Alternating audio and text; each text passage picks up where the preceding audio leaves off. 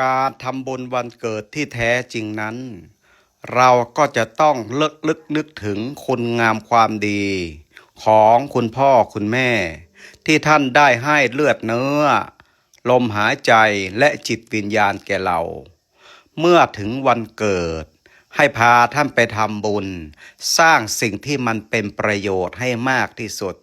ไม่ใช่สังสรรค์เฮฮาปาร์ตี้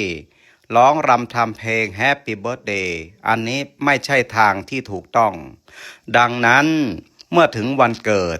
เราจะต้องแสดงความกตัญญูกตเวทิตาธรรมให้กับคุณพ่อคุณแม่ของเราตอบแทนบุญคุณคุณพ่อคุณแม่ของเราให้ดีที่สุดสร้างรอยยิ้มสร้างสิ่งที่ดีๆให้เกิดประโยชน์สูงสุด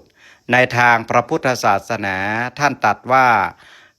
ความกตัญญูกตเวทิตาธรรมเป็นสิ่งที่เป็นมงคลอันสูงสุดเจริญพร